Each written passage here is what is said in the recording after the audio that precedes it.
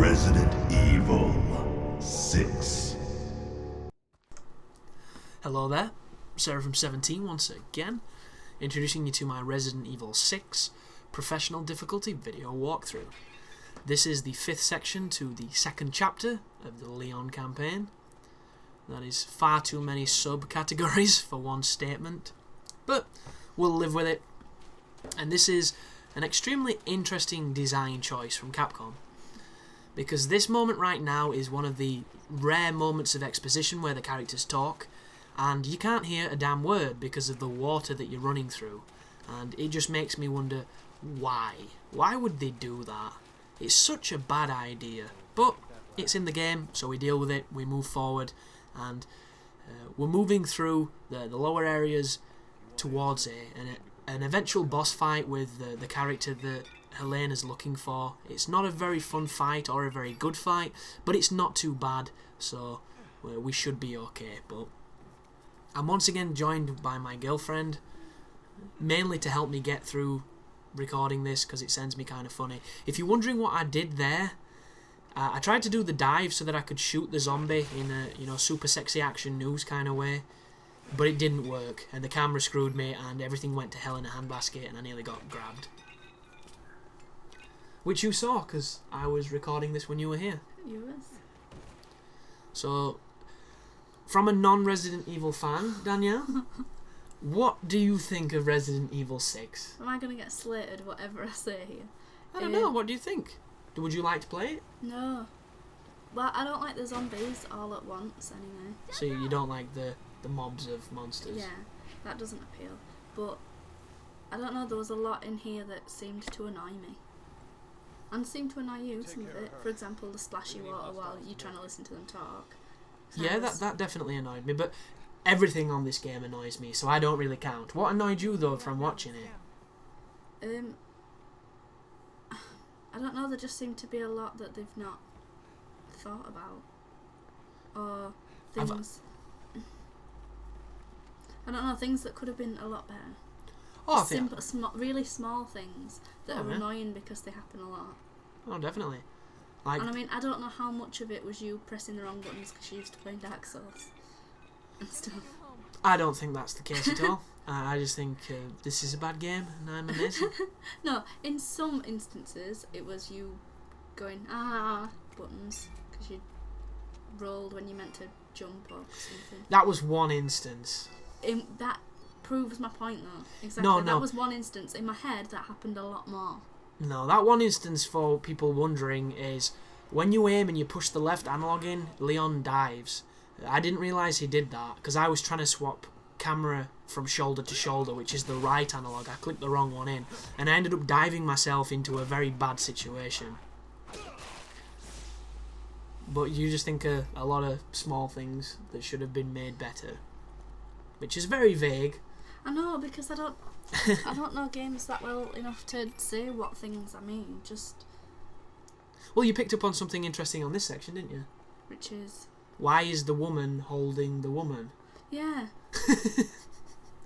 Because from a logical standpoint, Leon would carry the injured girl. Why is the weak? Well, that sounds really sexist. Not the weak. Well, it's coming from a girl, so it's fine. The gun to not even the fact that she is carrying him. Oh, that bit were good. Do you remember what just happened then? Oh, she's running around in circles. Yeah. It's like, help me, Leon. Do. What slightly didn't make sense was why she wouldn't put her down every time zombies came by. And I suppose that's to make you do the fighting. Yeah, it's intentional, yeah. But I don't know, it's kind of not logical. No, it's almost as logical as the game forcing me to look up as the scaffolding falls while I'm fighting on a bridge. Another bit, they're kind of forced. Because that happened quite a few times, didn't it? Where you were forced to do something whilst everything else can still attack you. Yep, it happens all the way through the game.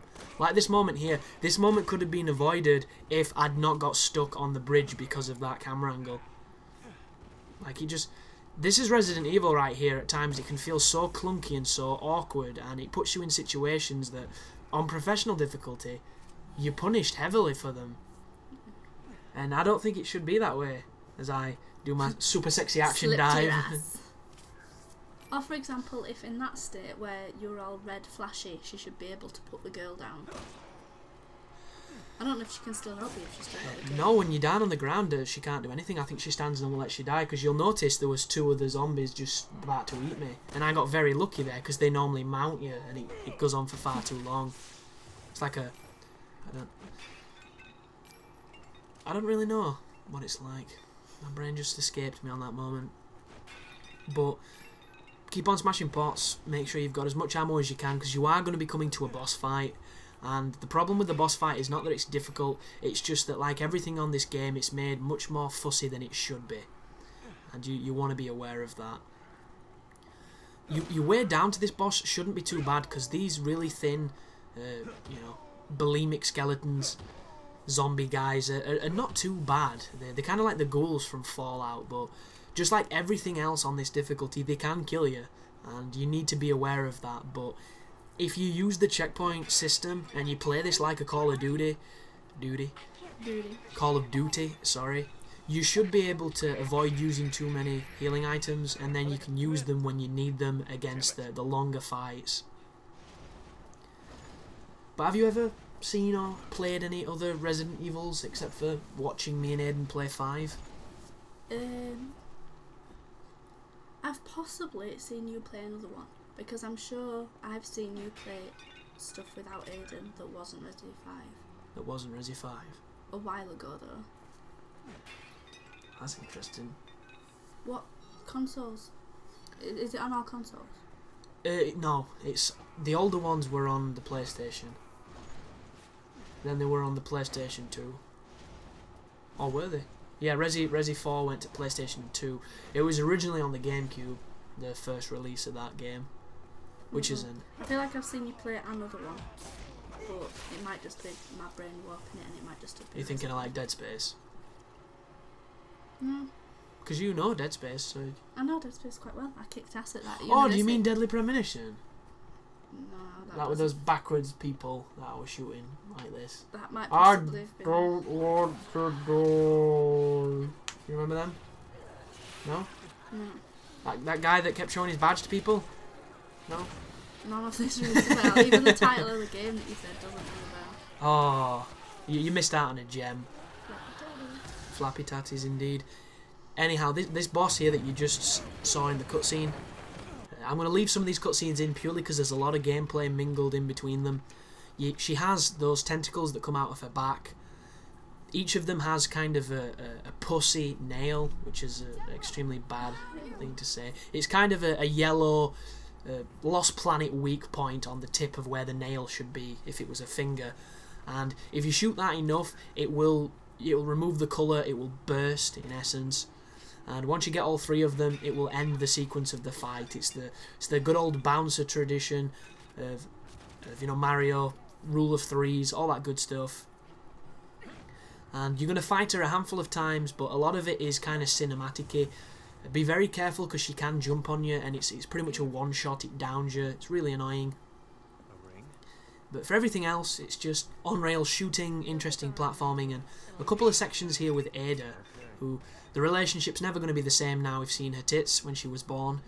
Fully grown, no less. Ew. Resident Evil for you. But this is another interesting section for me, because... you get Ada with you, yet your female companion's on her own. And once again, you would think the 2 girls would be together, and the guy would be on his own. And I don't know if this is just coming from, the man point of view of the man protects the woman, the man is stronger than the woman, or just game design. Game design in the last 20 years, the girls would stick together, the guy would be on his own. So this seems kind of silly, this. And that's not counting the fact that we're all suddenly gymnasts, because that is silly. Oh, here she comes. But just know, every time you get a checkpoint is another opportunity to spam the fact you can get free heals from it. Don't view dying as, a penalty. View it as, a way of getting your life back. Obviously, if you're going for the S ranks, that's completely different, because dying will affect them. I think you can die maybe once or twice and still get an A, but don't push your luck or you're not going to get the top rank at all. But this is the final real form of the fight. She's going to be jumping around like Jill did in Resi 5, only she's nowhere near as lethal. Every so often she'll land near the barrels, shoot the barrels to do some damage, shoot her if you want, make sure you clip her arms, be careful of the first swing because it generally knocks you over. This is it, there it is. Does a little bit of damage, but it's not enough to be really concerned. That is, however, that's me getting lazy. One of the problems I had with this fight, that Danielle will probably agree to because I was shouting a little bit, I couldn't run away from the boss because this arena doesn't let you go beneath the balcony. So you'll notice there's moments when Leon is literally running into the side of an area, but he will not go, like there. That is a brick wall. It looks like I've got an extra meter or two to back up, but I don't. It's invisible. So do not put yourself in a corner or run towards an angle that you can't go to, or she'll get yourself into a spot. But like right now, right there, I can't run that direction. Do you see the wall? It's a brick wall, and it limits the battlefield to a much smaller environment, which is really annoying. But keep on shooting the glowing spots on her crazy whip arms. And a cutscene will kick off once you take down enough of them. Be careful of the zombies, they will spawn in to give you an opportunity to get your ammo back. I'm using the shotgun because I just thought it made sense, it's got more damage. And watch out for that. You see the range on that bullshit? So stupid. It doesn't damage you, but it does make you flinch, and sometimes flinching is worse. But right here I'm getting greedy because I'm trying to hit the arms a couple more times. This is by no means a very clean boss fight, but it gets the job done. And as I've mentioned, the less amount of time I have to spend with this game, the better. But switch to the sniper rifle, probably not the best choice, but it's still useful. Picking up the shells, all that good stuff. Did this remind you of anything you've seen in gaming at all? To your knowledge? I don't know, there's a lot of games where you have to shoot the glowy bits and then that changes it or ends it. Oh, that's very true. I wonder why they do that. Do you think they make them overly glowy and obvious so that people know what to shoot? Do you think it's mainly for that? Because the thought of shooting a pus sack is pretty nasty. Yeah, why would that be its life source? As she falls through the floor. And we have another section to this boss fight, which will be in the next video, guys. So thanks for watching. I hope it's helping, and you take care now.